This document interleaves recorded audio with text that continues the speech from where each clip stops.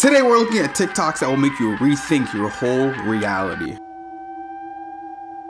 What's wrong?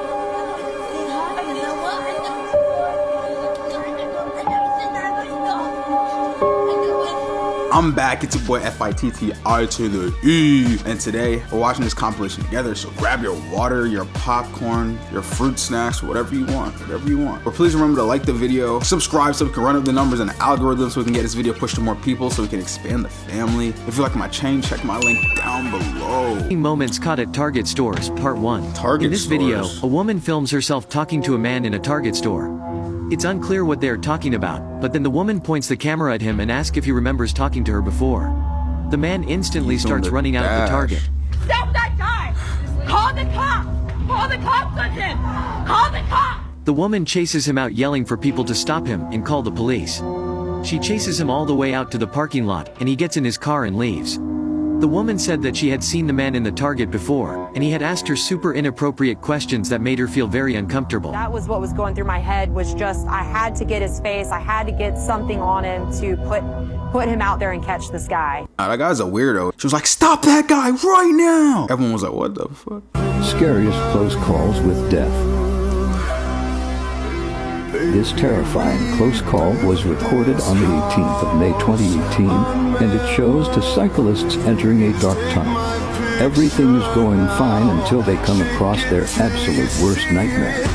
A train siren is heard from the distance approaching quickly, so the cyclists run for their life. By some miracle, the cyclists manage to escape the train with seconds to spare.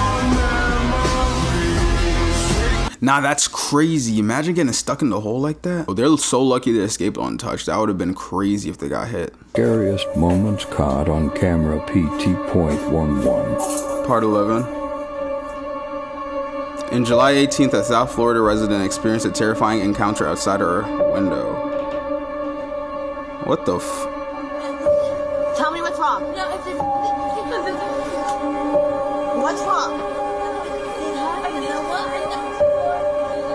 An unknown woman is violently attempting to enter their apartment. The woman is entering on a possessed or on a substance or possessed. Either way, the resident don't want her inside. What?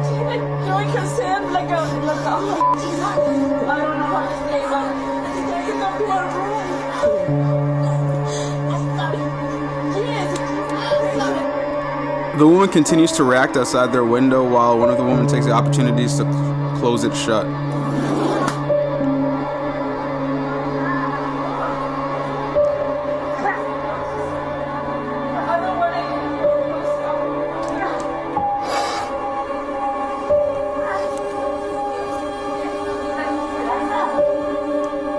I'm not sure what's troubling this woman, but I hope she's getting the help she needs because this is very scary to witnesses.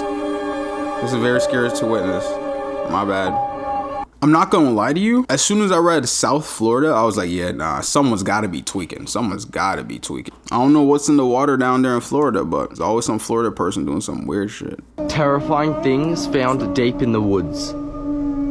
This footage shows two dirt bike riders riding on a remote path in the woods on the 15th of September 2017. As they ride their dirt bikes further through the woods, they then come across every dirt bike rider's worst nightmare. Tied up to trees, there was a deadly steel cable trap which they almost ran into at full speed.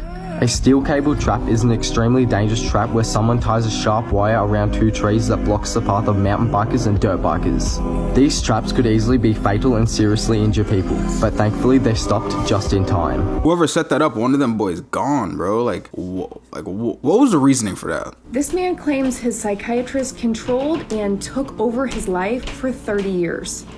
This is the Shrink Next Door case. In 1981 in New York, Marty Markowitz was having a hard time. He was grieving the loss of his parents and having problems with his family business. Marty was a millionaire and financially well off, but was just really lost. He heard about a psychiatrist named Dr. Ike Hirschkopf, who was rumored to have a direct and unconventional approach with his clients.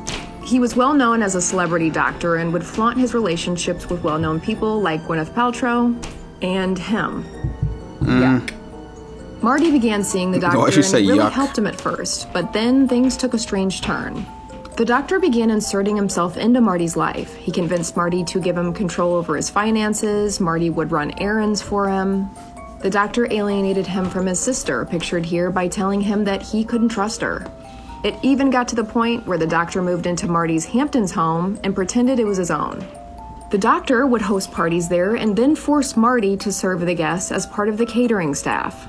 He essentially became the doctor's handyman and assistant while paying him. A neighbor of the Hamptons home, journalist Joe Nocera, assumed that Dr. Ike owned the home and Marty was just a groundskeeper. Joe began investigating and realized that this was one twisted ordeal. Marty said, quote, "He didn't let me have a girlfriend. I would go on a date and he'd call her a gold digger. He would say, 'Everyone is out to get you. I'm going to protect you.' And I was stupid enough to buy it." The doctor persuaded Marty to rewrite his will and leave his entire estate to him and installed himself as the president of Markowitz's company. And this continued on for 30 years. It wasn't until 2010 when Marty went in for a medical procedure. Afterwards, he noticed that Dr. Ike didn't check on him or visit. And he finally began questioning the relationship. The doctor knew Marty truly didn't have anyone else in his life, and Marty realized that this entire relationship was a fraud. After realizing he was, quote, living a lie, Marty cut off ties with the doctor and later found out that Dr. Ike had done this to multiple other patients over the years. He was ultimately ordered to surrender his license.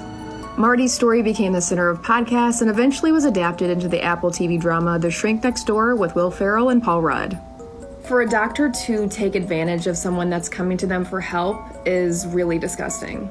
But Marty is now free of the doctor and is enjoying time with a new girlfriend. What are your thoughts on this case? Bro said this went on for 30 years. Do you know how long 30 years is? Oh my God. That story reminds me to tell you guys to evaluate the situations in your life and make sure you know the people that you're around. Russia found a sea monster in Antarctica.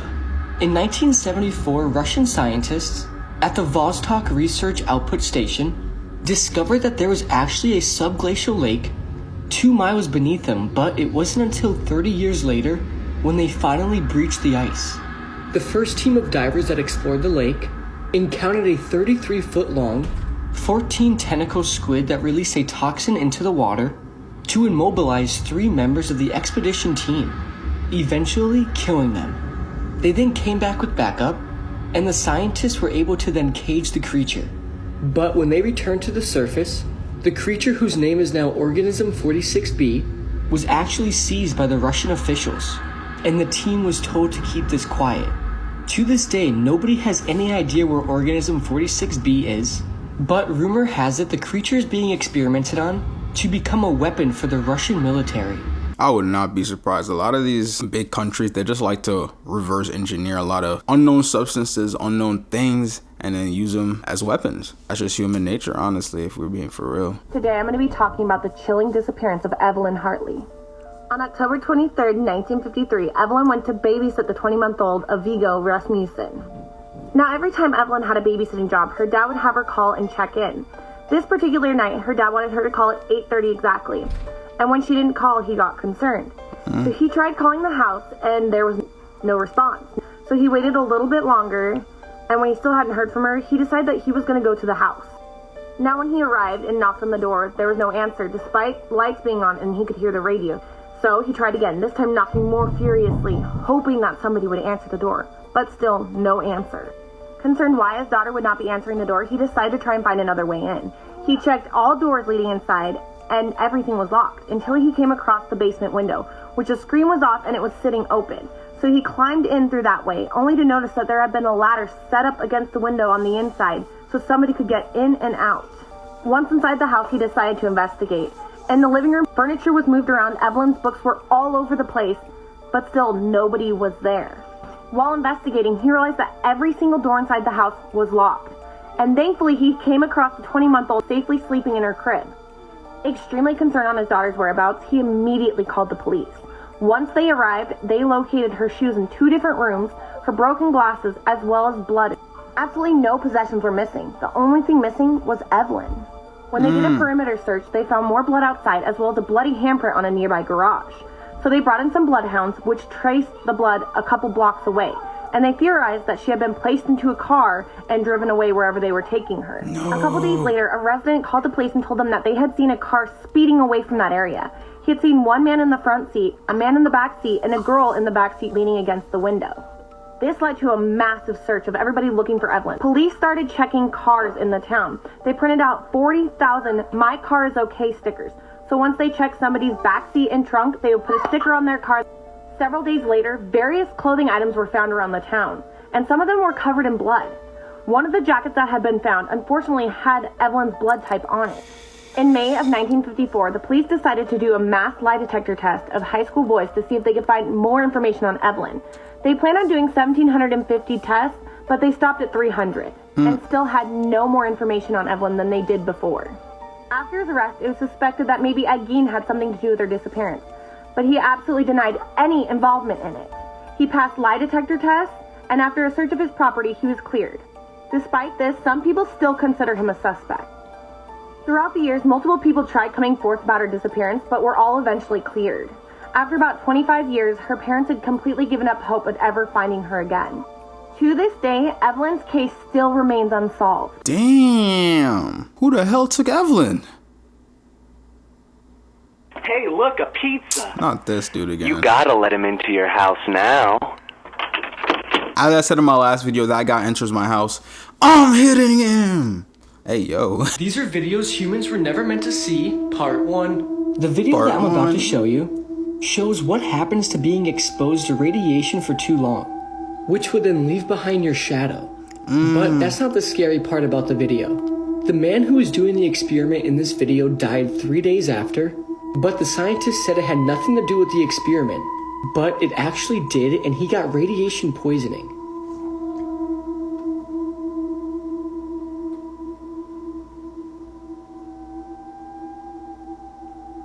I don't know what's going on. I'm waiting for like a bright flash.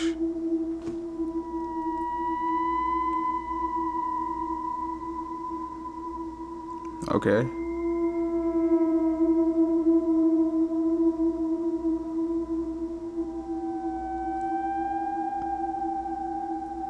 Damn, I thought it was gonna be at least a flash. It was nothing. Bro's shadow just remained imprinted into the wall. And yes, that is a real thing. You guys can look up the shadow people. That's what happened when Japan dropped the bombs on Hiroshima and Nagasaki. The people that were walking during the day, the radiation and heat from the bomb like syringed their shadows into the wall. It is crazy. But anyways, thank you guys for watching. Please like, subscribe, run up the numbers on the algorithm. Love you boys.